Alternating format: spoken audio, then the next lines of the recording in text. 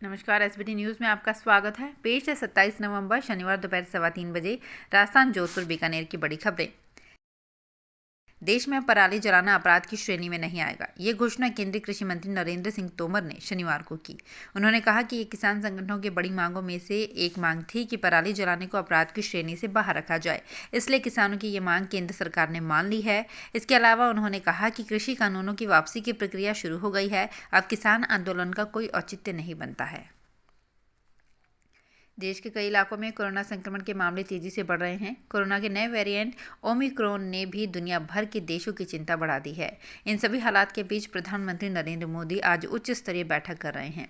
PM Modi corona के ताज़ा हालात और देश में वैक्सीनेशन को लेकर आला अफसरों के साथ ये बैठक कर रहे हैं। पीएम मोदी की ओर से कोरोना को लेकर बुलाई गई इस उच्च स्तरीय बैठक में कैबिनेट सेक्रेटरी राजीव गौबा के साथ ही अन्य वरिष्ठ अधिकारी भी हैं। प्रधानमंत्री के प्रिंसिपल सेक्रेटरी पीके मिश्रा, स्वास्थ्य सचिव राजेश भूषण और नीति आयोग के सदस्य डॉक्टर वीके पॉल भी इस बैठक में हैं। कोरोना के समय खाद्य सुरक्षा में चयनित प्रति सदस्य को दिया जा रहा 5 किलो गेहूं प्रधानमंत्री गरीब कल्याण अन्न योजना के तहत जरूरतमंदों को मिलने वाला मुफ्त अनाज अब 22 मार्च तक मिलेगा। कोरोना वायरस की दूसरी लहर के चलते केंद्र सरकार ने योजना को दीपावली तक बढ़ाया था और जनवरी में गेहूं वितरण बंद करने का ऐलान हो चुका था। वहीं केंद्र सरकार ने अब इस योजना को फिर से मार्च तक बढ़ा दिया है।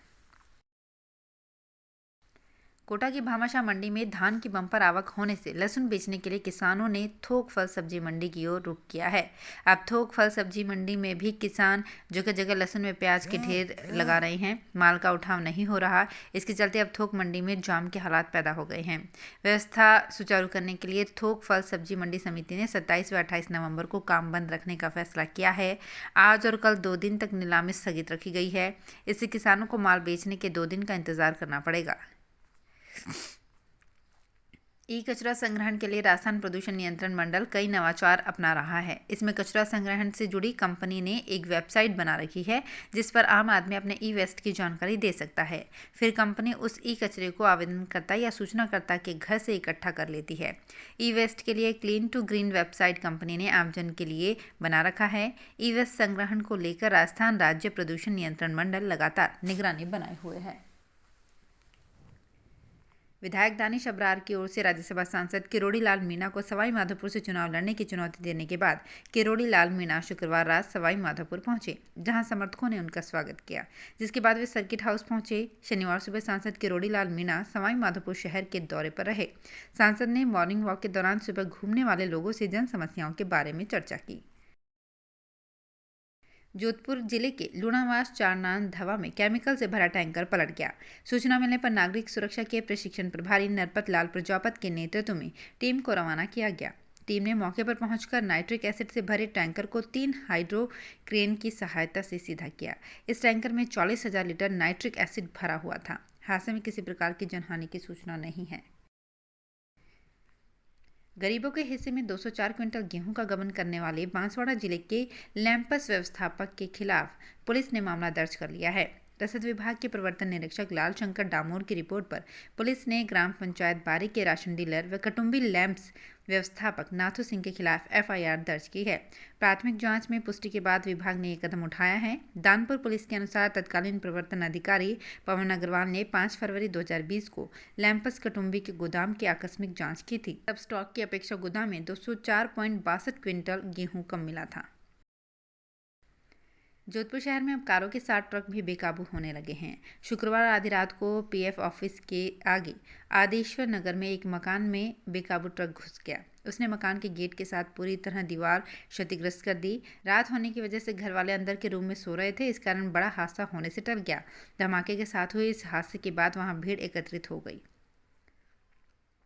जोधपुर में बढ़ते अपराध पर अंकुश लगाने के लिए पुलिस ने अब घरेलू नौकर, गार्ड, ड्राइवर और किराएदार रखने से पूर्व उनका सत्यापन कराना अनिवार्य कर दिया है। पुलिस उपायुक्त की ओर से जारी आदेश में कहा गया है कि सत्यापन नहीं कराने पर मालिकों के खिलाफ कानूनी कार्रवाई की जाएगी। पुलिस का मानना है कि जोधपुर में घरेलू नौकरों की तरफ से वारदात करने के मामले लगातार बढ़ रहे हैं। जोधपुर में हाल ही के दिनों में चोरी व लूट के 8 मामलों में घरेलू नौकर या घरेलू कर्मचारी का हाथ शामिल है। जोधपुर में ग्लोबल रिलीफ सोसाइटी की ओर से उम्मेद अस्पताल के बच्चों के वार्ड के लिए पलंग और गद्दे दिए गए। सोसाइटी के अध्यक्ष शिव कुमार सोनी ने बताया कि 1 माह पहले सोसाइटी के पदाधिकारियों ने जब उम्मेद अस्पताल के बच्चों के वार्ड का दौरा किया तब देखा कि एक पलंग पर दो बच्चे इलाज करवा रहे हैं। उसी समय डॉक्टर सुरेश वर्मा से वार्ता कर ग्लोबल रिलीफ सोसाइटी की ओर से गद्दे उपलब्ध कराने के लिए आग्रह किया गया और सोसाइटी की ओर से 8 पलंग और गद्दे उपलब्ध कराए गए हैं। बीकानेर में कोरोना के 8 नए मरीज पॉजिटिव रिपोर्ट हुए हैं। इन मरीजों की चेन पिछले दिनों मिले 4 मरीजों से जुड़ी है। मुरलीधर व्यास कॉलोनी में पिता पुत्र की पॉजिटिव रिपोर्ट आने के बाद शुक्रवार को उसके परिवार से 86 वर्षीय महिला और 26 वर्षीय युवक की रिपोर्ट भी पॉजिटिव आई है। वहीं नाल एयरफोर्स से मिले युवक के परिवार से 2 व्यक्ति और सादुलगंज में रहने वाले पति पत्नी और एक बच्चे में भी कोरोना संक्रमण की पहचान हुई है। संप्रेषण एवं किशोर गृह समिति के अध्यक्ष और जिला विधिक सेवा प्राधिकरण जोधपुर महानगर की सचिव रैना शर्मा ने बाल शोभा संस्थान, चौपासनी हाउसिंग बोर्ड, लवकुश बाल विकास केंद्र व गायत्री बालिका गृह का आकस्मिक निरीक्षण किया। उन्होंने गृह में निवासरत बच्चों के रहन सहन, अन्य आवश्यक सुविधाएं और उनके खान पान एवं सर्दी के मौसम को देखते हुए गर्म कपड़े, कंबल व रजाई की उपलब्धता सुनिश्चित कराते हुए उनके स्वास्थ्य का विशेष ध्यान रखने के निर्देश प्रदान किए। राज्य में कोरोना संक्रमण फिर से बढ़ने लगा है। जयपुर समेत कई जगह स्कूली बच्चों में कोरोना के नए मामले सामने आने के बाद राज्य सरकार को नई गाइडलाइन जारी करनी पड़ी है। ये गाइडलाइन अभी स्कूलों तक सीमित है, लेकिन अगर हम अब भी सावधान नहीं हुए तो हमें फिर से पाबंदियों का सामना करना पड़ सकता है। कोरोना से हमें न प्रधानमंत्री बचा सकते हैं और न ही मुख्यमंत्री।